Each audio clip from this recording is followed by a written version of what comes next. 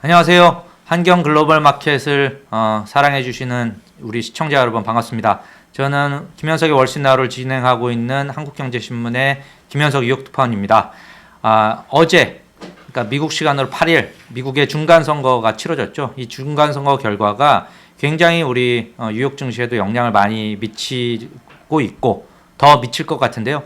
이 중간선거와 중간선거 결과 이런 거에 대한 진단과 평가를 들어보기 위해서 이쪽 미국 정치에 가장 정통하신 우리 김동석 한인 유권자연대 대표님을 모셔서 여러 가지 얘기를 들어보겠습니다. 안녕하세요. 네, 안녕하세요. 미주 한인 유권자연대, 미국에 있는 한인들 유권자 운동 거의 한 25년 이상 하고 있는 김동석입니다. 우선 중간선거가 아직 결과가 완전히 나오지는 않았는데 생각보다 박빙인 것 같아요. 현재로서 지금 현재 뉴욕타임스를 봤더니 지금이 아침 10시 50분인데요. 9일날 이 현재 상원은 민주당이 48석, 공화당이 47석 확정된 것만. 하원은 민주당이 174석, 공화당이 197석입니다. 중간선거의 결과를 어떻게 보시고 계십니까? 간단하게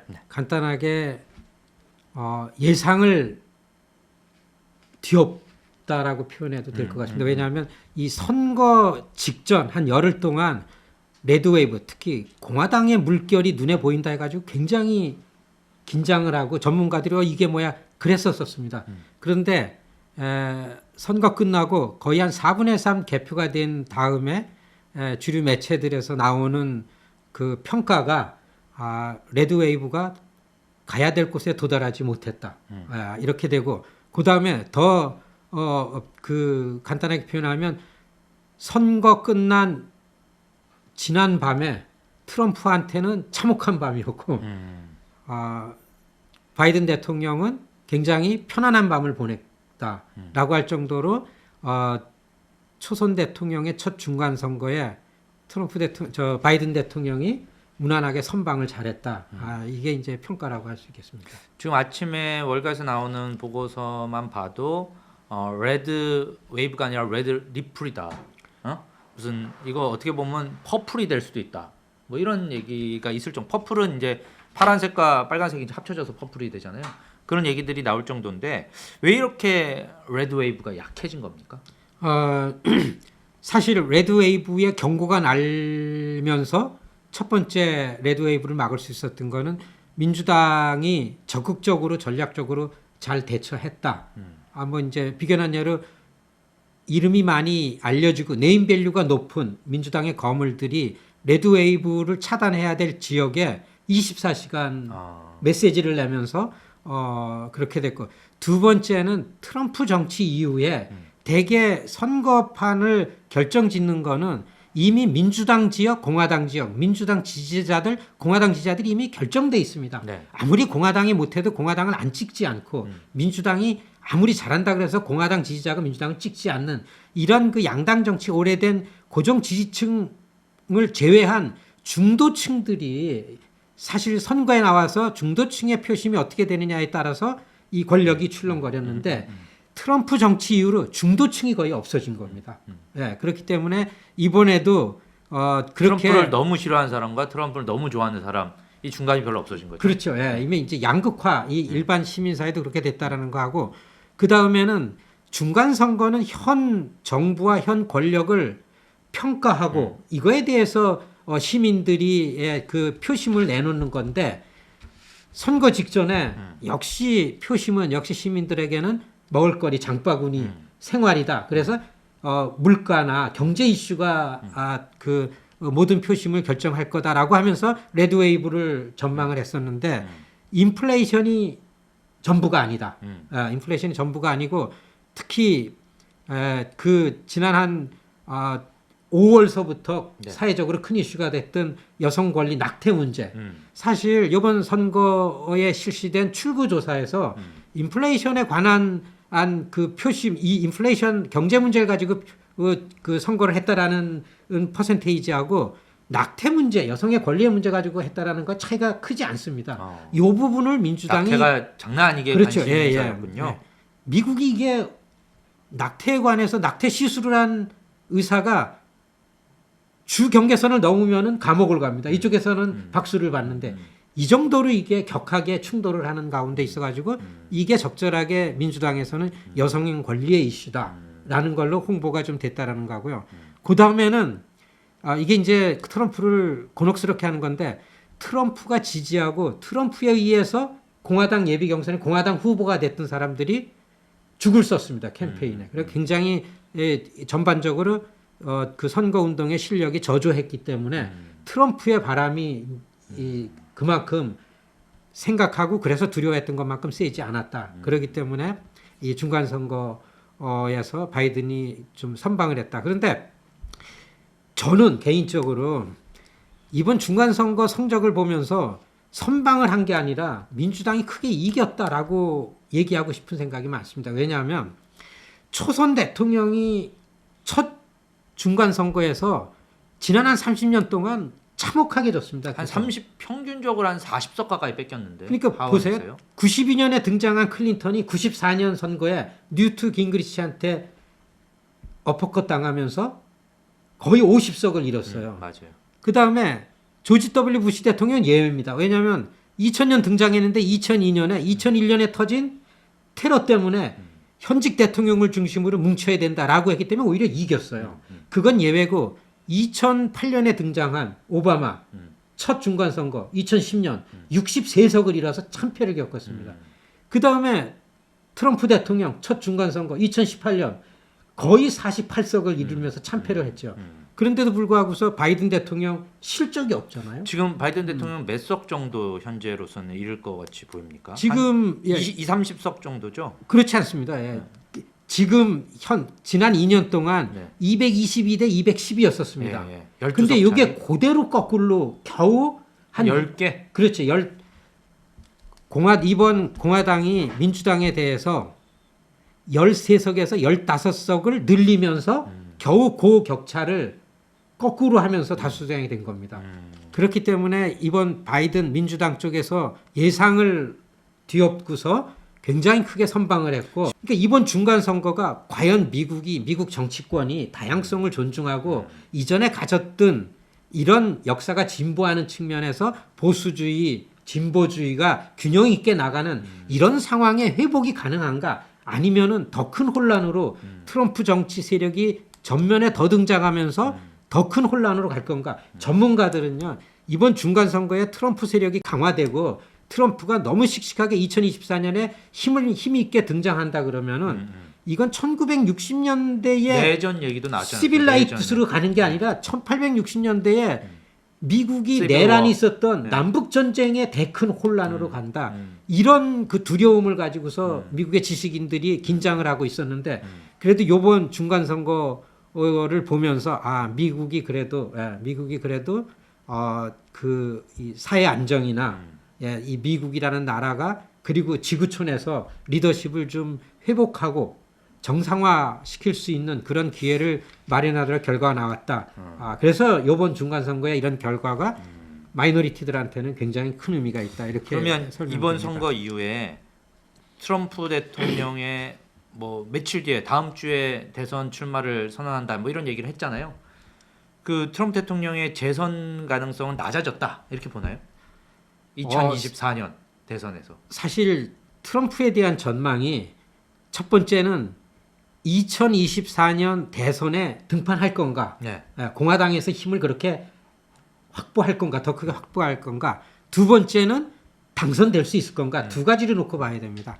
그러니까 전자는 이번에 굉장히 약화됐죠. 그러니까 공화당 후보가 내에서. 될 가능성. 그렇죠. 공화당 내에서 사실 트럼프가 이번 중간 선거 캠페인에 공화당 내에서의 선거 개표가 시작되면서 어마어마한 비판이 어떤 비판이 있었나 하면 지난 밤의 비판이 트럼프가 공화당이 중간 선거에 크게 이기려는 데 집중하지 않고 2024년 자기가 나갈 국리만 했다. 그래서 굉장히 큰 그 힘을 받은 비판이 굉장히 크게 씩씩하게 올라와 있습니다. 이전에는 그게 공화당 내부에서 그렇죠. 지금 그렇게 많았다는 됐습니다. 거죠? 예.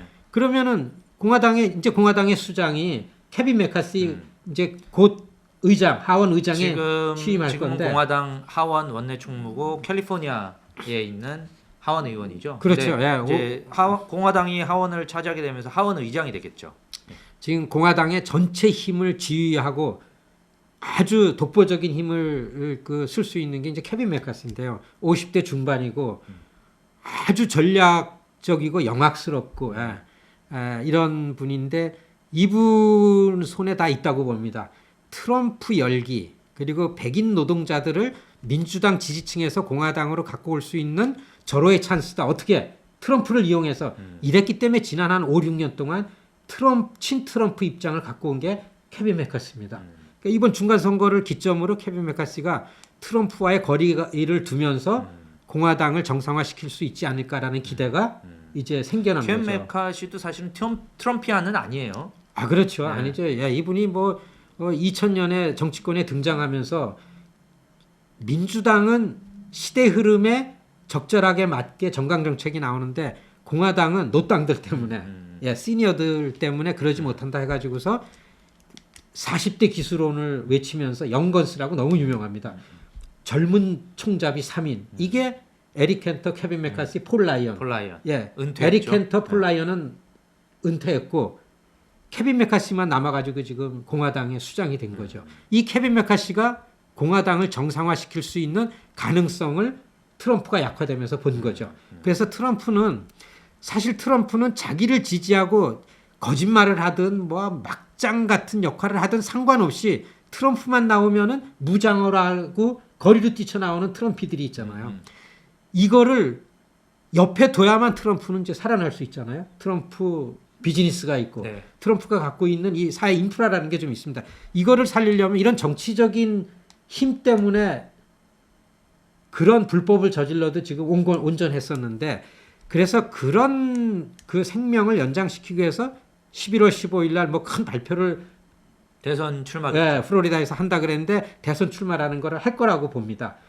그렇지만은 지금 트럼프랑 관계없이 공화당의 트럼프랑 경쟁 대상이 되는 드산티스라는 플로리다 주지사 어제 론 드산티스라고 론 드산티스. 플로리다 주지사인데 지금 새로운 트럼프와 맞먹는 대선 후보로 뜨고 있는데 이번에 크게 이겼죠. 20% 포인트 이렇게 재선이 된 것 같아요. 그렇죠. 플로리다도 사실 그 트럼피 쪽으로 갔었으면은 민주당 약진이었다라는 이제 나중 평가지만은 그렇게 보면은 트럼프가 이번 중간 선거에는 도움이 안 됐다. 그렇기 때문에 11월 15일 중대 발표를 플로리다에서 하는 트럼프는 2024년 내가 나갈 거다 하면서 자기 지지 세력을 일단은 가시적으로 끌어낼 거라고 보여집니다. 그렇지만은 현실적으로 볼 때에는 공화당에서의 후보가 되는 데에 있어서는 중간 선거 결론을 가지고서 훨씬 어려워졌다. 이렇게 전망됩니다. 그럼 바이든 대통령 지금 결과가 이렇게 나왔는데 그럼 바이든 대통령은 2년 뒤에 재출마를 하겠나요? 이게 지금 게으르 같은 사실은 역사적으로 보면은 당연히 출마를 대통령은 당연히 이제 차기 후보입니다. 네. 그리고 대통령이라면 또 당연히 부통령이 후보가 맞아요. 되고 이 두 가지 다가 현실화되기가 매우 어려운 상황에 돼 있습니다. 바이든 대통령 고령이죠. 그리고서 미국이 리더십을 발휘할 때인데 바이든 대통령의 리더십이라는 게 지금 처한 미국의 상황에 잘 맞는다고 설명이 잘 안 되죠. 그렇기 때문에 만일에 트럼프가 공화당의 후보가 되는 게 확실시되면은 상대적으로 트럼프에 대안은 민주당 쪽엔 바이든밖에 없습니다. 그래서 자동 바이든이 이 재출마가 될 거다라고 이렇게 전문가들이 점쳐왔는데 지금 중간 선거 결과를 놓고 볼 때에는 저는 50대 50으로 의회가 이렇게 스플릿되면 정책이 제대로 되겠습니까? 그렇죠. 지금은 이제 앞으로 2년은 모든 게 2024년에 향하게 선거 운동을 됩니다. 향한 거지 이제 정책 이런 쪽은 안 될 것 같은데요. 아무것도. 근데 이번 중간 선거는 이제 더 분석이 되지만은 공화당은 극우, 민주당은 극좌가 힘을 잃어버렸습니다. 극좌 극우 때문에 미국의 시민들 특히 이 표심들이 이렇게 선거를 하는구나라는 게 나올 거라고 봅니다. 그러면은 어쩌면은 바이든 대통령이 첫 2년보다는 앞으로 2년이 자기의 진짜의 정치 철학과 자기의 노선을 가지고서 민주당 내 그렇죠. 좌파들에게 휘둘리지 않고 그렇죠. 원래 중도적 색깔을 보일 수 있다. 그럴 가능성이 크다고 봅니다. 중간 선거 결과는 어쨌든 공화당이 작은 수지만 하원을 가져가는 거고 상원은 캐스팅 보트를 포함해서 똑같이 지금과 똑같이 민주당이 어느 정도 유지하는 그런 그림인데 그렇게 되면 정책이 이렇게 뭐 의회를 통과하기가 굉장히 어려워질 상황이에요. 이래서 이제 정책들 시장에 지금 뉴욕 증시에서 관심이 있는 월가에서 관심 있는 정책들에 대해서 하나씩 물어보고 싶은데 우선 미중 관계 이거는 뭐 어떤 변화가 있을까요? 사실 지난 바이든 정부 출범하고 나서 워싱턴 DC를 보면은 유일하게 초당적인 이슈는 중국에 대한 미국의 입장과 정책이었습니다. 그렇기 때문에 공화당이 다수당이 되는 워싱턴의 분위기가 바뀐다고 해가지고 중국과의 관계에 변화가 있을 거란 기대는 좀 섣부르지 않겠는가 이렇게 전망이 되고요. 더 나빠질 수도 있잖아요. 더 강하게. 그런데 한 가지 전문가들의 전망은 사실 중국과 미국 관계의 긴장이 조성되고 강경한 대립이 되는 거는 미국만의 문제가 아니잖아요. 그러니까 다시 5년을 더 하고 싶은 시진핑이 미국에 대해서 가졌던 네. 국내 정치적으로 가졌던 맞아요. 입장 때문에 그런데 시진핑은 일단 고비를 넘겼습니다. 그러면은 사실 트레이드 팔리 무역 정책을 놓고 볼 때에 기술면이나 이런 거 놓고 볼 때에 아직까지 중국이 미국에게 요긴한 게 많죠. 그렇죠. 많은 전문가들은 미국 기업 요청에 의해서 중국의 권력이 미국과의 핏대를 올리는 것에 대해서 좀 누그러지고 완화될 가능성이 많다. 중국의 국내 정치를 볼 때에는 그러니까 시진핑이 미중 관계에서 자기 미국이 압박하는 걸 이용해서 중국에서의 권력을 3기 연임을 했는데 그거 이제 앞으로는 좀 누그러질 수 있다. 그렇죠. 그러니까 협상의 여지를 시진핑이 갖고 있는 시기가 있다. 된 거고 예.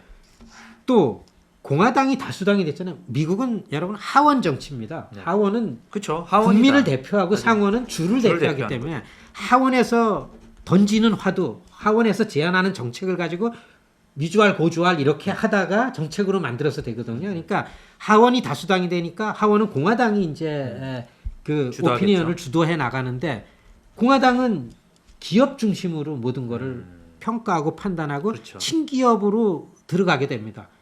안 되더라도 기업하고서의 대화라는 거는 훨씬 더 자연스럽게 훨씬 잘 되는 되죠. 거죠. 예. 네. 그렇기 때문에 미국의 기업이 월스트리트를 기점으로 갖고 있는 특히 금융산업 부분이 전 세계적인 거잖아요. 네. 그러니까 중국과의 현안이 많은데 기업들은 중국과 강경하게 대치하고서 이 싸움의 길로 가는 게 아니라 중국과 협력하고 중국을 비즈니스로 활용하는 그런 의견이 훨씬 많은 거죠. 그렇기 때문에 그 분위기로 볼 때에는 당분간의 변화를 할 때에는 좀 불안정하겠지만은 공화당이 하원을 다수당이 되면서 백악관은 민주당이 차지하고 의회는 공화당이 주도를 할 때 전통적으로 보면요. 제가 한 30년 옆에서 볼 때는 기업에 대해서는 그게 환상적입니다. 특히 금융 기업에 맞아요. 대해서. 뭐 네. 증세 이런 거 없고. 그러니까 전문가들 보면은 사실 금융 전문가들은 의회를 공화당이 다수당이 되고서 바이든이 백악관에 있는 거는 오히려 월스트리트를 볼 때에는 좋은 거다. 훨씬 좋은 조건이 된다라는 게 맞는 전망이라고 봅니다. 그런데 이제 하나 걸리는 게 부채 한도 협상 같은 거예요. 부채 한도 협상이 지금 2021년에 그걸 통과시켜서 31조 5천억 달러인가로 높여놓고 그게 이제 중간 선거 넘어와서 내년 1분기 지금 워낙 그 이자가 많아지면서 재정 지출가 더 늘어나고 있는 속도가 빠르기 때문에 내년 1분기, 2분기 얘기가 나오는데 그래서 어쨌든 간에 내년에는 부채 한도 협상을 해서 늘려놔야 정부가 뭐 폐쇄되고 이런 일이 없을 거다. 이게 근데 지금까지는 의회에서 둘 다 민주당이었기 때문에 여차하면 민주당이 그냥 단독으로라도 통과시킬 수가 있었다라고 보지만 이제 공화당이 이걸 차지하면 혹시 이 부채 한도 협상에 대해서 공화당은 돈을 덜 쓰겠다는 입장이고 그래서 안 되는 거 아니냐? 그러면 또 금융시장에 난리가 나고 뭐 미국의 신용 등급이 흔들리고 뭐 이런 사태가 일어나는 거 아니냐라는 일부 의심이 있습니다. 어떻게 보십니까? 그렇죠. 부채 한도 상한선을 더 넓혀놔야만 이제 그 바이든 정부는 그걸 안 하면은 할 수가 없습니다. 그렇죠. 돈을 예. 못 쓰죠. 그런데 이제까지 보면은 공화당의 전략은 민주당에 비해서 우리는 나라를 잘 이끌어서 이렇게 하겠다라는 걸 내보여가지고 인기를 얻어야 되는데 그걸 포기한 지 오래됐습니다. 무조건 반대하고 우리의 목표는 잘 되든 못되든 백악관을 접수해야 된다 합니다. 그런 측면에 있어서 이제까지 지난 한 20년 동안 한 두세 번에 있어가지고 정부가 스톱되는 예가 네. 있었습니다. 네. 그때 여론조사 결과가 나오는 거 민심이 정부를 스톱시키는 일을 하는 당에서 떠났었어요. 저는 아무리 여론이 더 안 좋아졌다는 그렇죠. 거죠. 예. 당론을 우선하는 나라가 이렇게 아니라 지역 너희들 때문에 민심을 지역 민심을 우선하는 당론은 없는 게 워싱턴 의회에 움직일 수 있는 원칙입니다. 그렇기 때문에 아무리 돈을 안 쓰게 하고 정부를 줄이고 부채 한도 협상에 응해주지 않는다 하다가도 여론이 2024년을 향해서 정부가 이렇게 됐어? 그리고 공무원들 뭐 어떻게 저 일을 못 하게 돼? 그러면은 싸늘해집니다. 이거에 이 죄가를 다 짊어질 케빈 메카시가 아니라고 봅니다. 그렇기 그러면- 때문에 저는 어느 선에서는 그 협상이 돼서 정부가 스탑되는 예는 없겠다. 네, 그렇지만은 이 케빈 메카시가 주도하는 여소야대 형국에서 그런 부분을 빼놓고서는 어떠한 입법도 훨씬 더 어려워진다. 케빈 메카시는 무조건 바이든. 케빈 메카시가 얼마 전에 이랬어요. 그 낸시 펠로시를 가두는 게 내 정치의 낸시 펠로시를 그 의회에서 안 보는 게 내 목표다. 할 정도로 아주 클 거입니다. 예. 그러니까 지금 다수당이 됐잖아요. 그러니까 뭐 하나 동의해줄 그럴 것 같지는 않습니다. 그런데 여론에 의해서는 움직여질 거라고 봅니다. 지금 월가의 걱정이 하나가 지금 페드가 막 많이 올리고 있어요. 그 금리를 계속해서 긴축을 하고 있는데 그래서 페드에 대해서 일부 민주당에서 뭐 반대 엘리자베스 워런 같은 사람이 너무 많이 하고 있어. 뭐 이런 얘기들이 줄줄이 나왔거든요. 좀 전까지. 그래서 이런 정치적 압력이 좀 있었는데 공화당이 하원 그래서 의회의 상당히 큰 부분을 차지하게 되면 어떤 페드에 대한 압력, 정치적 압력 이런 건 어떻게 될까요? 사실 좀 크게 보면은 공화당은 경제 문제는 시장에 맡겨라. 이런 입장이 그렇죠. 확고해지고 지금도 작은 그렇습니다. 정부. 예.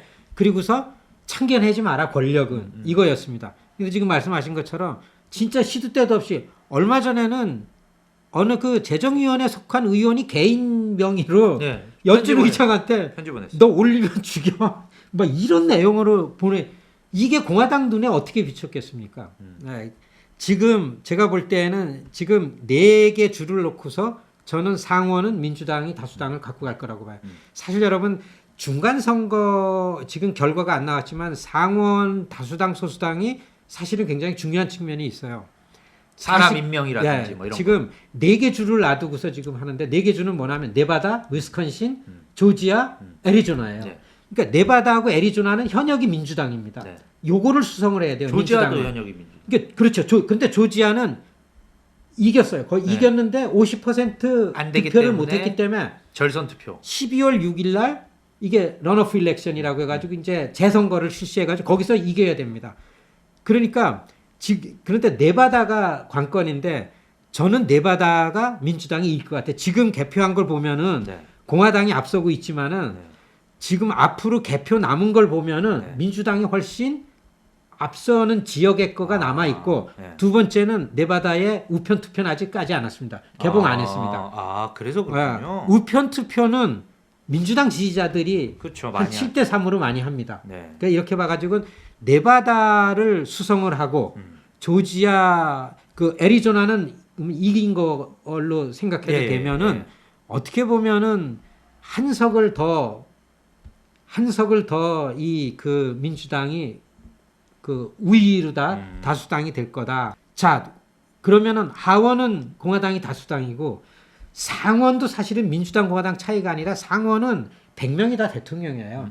그 상원은 경제 문제에 있어서는 공화당 편에 많이 씁니다. 너무 참견하지 말고 있는 그대로 두고 급격한 변화는 좀 말리고 이런 거입니다. 그래서 이 연준에 관여하는 권력의 행태를 이전에 비해서는 훨씬 수그러들 거라고 봅니다. 더군다나 하원 재정위원장이 될 사람은 노스캐롤라이나에 있는 분인데 맥켄리라는 분인데 한 20년 정치한 분인데 이분은 철저한 자유시장주의자고서 이 민주당 위원장이나 민주당에서 연준에 관여하는 거를 계속 그냥 화를 내면서 말리고 그랬던 사람입니다. 그 페드에 대한 정치적 압력은 줄어든다. 이건 좋은데 페드가 그러면 계속해서 금리를 올리다가 경제가 침체에 들어갈 가능성이 지금 높다고 다들 보고 있어요.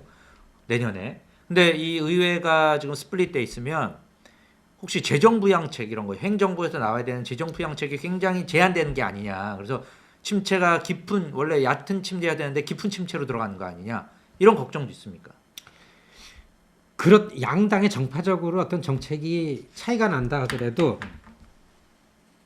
의회를 통과된 법은 시행을 합니다. 어떤 옵션이 있고 수정 법안은 나오겠지만 바이든 대통령이 첫 2년 동안 낸 유일한 입법 성과는 IRA예요. 네. 예. 인플레이션 감축 그렇죠. 법안. 지금 앵커 말씀하신 게 이제 그 부분인데요. 재정. 인플레이션 감축 법안이 세금으로 돈을 걷어들여서 이렇게 시민사에다 돈을 풀겠다 합니다. 네. 인플레이션에 대해서는 역행하는 거죠. 공화당은 사실 두 가지입니다. 이런 방식으로 인플레이션이 잠재워지지 않을 거라기 때문에 전체가 다 반대를 했고 또 한 가지 더 큰 반대 원인은 세금을 증세한다는 거에서 반대를 한 거죠. 그렇지만은 법으로 통과가 됐기 때문에 시행을 할 거라고 봅니다. 이거를 뭐 공화당이 뒤집거나 이렇게 할 수는 없잖아요. 그렇죠. 예, 이미 그 법으로 된 건데 시행을 하는 데 있어서는 여러 가지로 다 발목을 잡을 시행령, 거라고. 그렇죠. 시행령에서. 차원에서. 예, 그런 측면에서 볼 때에는 어떻든 이번 중간 선거 레드 웨이브가 예상이 막 됐었을 때에 그 여론조사에서 표심이 경제 이슈에 꽂혔다. 그리고 막판에 가솔린 값이 좀 올라갔습니다. 네, 미국에. 맞아요. 그러니까 민심이 바이든 정부에서 좀 떠나는 시점을 공화당에서는 이거예요. 중간선거 선거운동을 민주당에서는 선거 구도를 여러 번 미국이 어렵습니다. 왜 어렵냐? 국가 정체성, 민주주의 지킵시다. 이래서는 안 되겠다. 그러니까 미국을 바로잡기 위해서 나를 뽑아. 이 민주당의 선거고 공화당은 쪼개가지고 지역마다 가면서 경제가 어렵습니다. 인플레이션 더 어려워져요. 이 공포감을 조성하면서 이 레드 웨이브를 만들어낸 거죠. 어쨌든 인플레이션 경제 문제에 관해서는 2024년을 겨냥해서 안정화시키는 게 양당의 목표라고 봅니다. 그러니까 만약 침체가 생기면 하여튼 통과는 시킬 거다. 그렇죠. 통과는 예. 부양책을 내놓을 거다라는 저는 얘기죠. 그렇다고 보여집니다. 우크라이나 전쟁이 계속되고 있습니다. 뭐 최근에 뭐 백악관이 러시아와 접촉을 이어가고 있다. 뭐 이런 보도도 나오고 뭐 이 우크라이나 젤렌스키 대통령에게 이 푸틴과의 협상에 대해서 좀 열어놔라. 뭐 이런 얘기를 했다는 워싱턴 포스트 보도도 있고 그랬어요. 만약 지금 공화당 이렇게 중간선거 결과가 어떤 협상을 좀 촉진하거나 뭐 이럴 가능성이 있습니까? 전쟁이 일어나고 전쟁이 확전되는 건 미국도 죽음의 길이다. 예, 그래서 이걸 어떻게 하면 좋겠는가. 그런데 이러한 디테일과 관계없이 여론은 야 러시아 저런 놈들 이거 안 되겠다. 이런 여론에 지금 우크라이나 이렇게 하고 있죠. 공화당이 다수당이면서 공화당의 입장, 특히 케빈 메카시 같은 경우에는 사실 보면은 뭐 공화당이니까 강경하게 자유를 위해서 미국의 힘을 그렇지 않습니다. 예. 개입을 줄이고 그다음에 미국이 왜 거길 지원을 하느냐. 그렇죠. 예, 이걸 줄이고 이거에 대해서 그게 굉장히 공화당의 강경한 원래요. 입장이다. 예, 예. 그러면 유럽이 할 일이지 왜 미국이 할 일이냐 이런 입장을 갖는 거죠. 그 의회에서 그런 목소리가 크게 나오면은 우크라이나 러시아 전쟁은 어떤 영상으로 가겠습니까? 어떻게 해서든지 전쟁을 줄여나가는 방향으로 가지 않을까. 지원액도 좀 줄어들 수 그렇죠. 있고. 바로 그죠. 미국이 거기다 돈을 쓰지 말자 이런 거죠. 저는 중국과의 관계도 이런 틀에서 봐야 된다고 봅니다. 다만 공화당 내에 이 외교 안보 측면에서 이제 이 그 눈을 부라리고 이를 가는 많은 신념을 갖고 있는 사람들은 중국, 러시아, 특히 그 영향권 안에 있는 권위주의 체제가 갖고 있는 미국의 가치를 볼 때의 인권 문제, 자유 문제에 관해서는 적극 개입을 안 할 수가 없습니다. 그래서 이 두 가지가 어떻게 잘 연동이 돼서 미국이 앞으로 2년 동안 선거 때까지 어떻게 외교 관계를 갖는가가 구체적으로 러시아와 우크라이나 전쟁에도 영향을 미치지 않을까 이렇게 보여집니다. 한미 관계, 공화당의 하원 장악으로 인한 한미 관계 혹은 북한 문제 여기는 뭐 어떤 변화가 있겠습니까? 바이든 정부 들어와서 특이한 게 북한 따로, 한국 따로 이렇게 뭔가 논의되고 이렇게 뭐 이슈가 됐던 적이 별로 없습니다. 다만 분명한 거는 그 전도 그랬지만은 한국은 미국한테 없어서는 안 될 그런 나라다 이제는. 예. 그거는 분명하고 그거는 민주공화 상관없이 그렇게 그렇죠. 됩니다. 기업이라는 부분이 있고 서플라이 체인 안에 한국이 미국에 이렇게 중요하다라는 아주 반도체죠. 독보적인 자리를 갖고 있기 때문에 이 워싱턴의 변화가 있다 그래가지고 한미 관계나 이런 거는 변화가 사실 백악관이 바뀐다 그래가지고 저는 변화가 별로 크지 않다고 보고 한국 입장을 옹호하고 한반도 평화나 안정을 위해서 기본적인 요건을 갖출 거라고 봅니다. 그리고 북한 문제라든지 안보 외교에 있어서는 사실 미국에서는 중국을 포스트에 놓고서 다 정책을 짜기 때문에 이 큰 틀거리에서 북한이 규정될 수밖에 없는 거죠.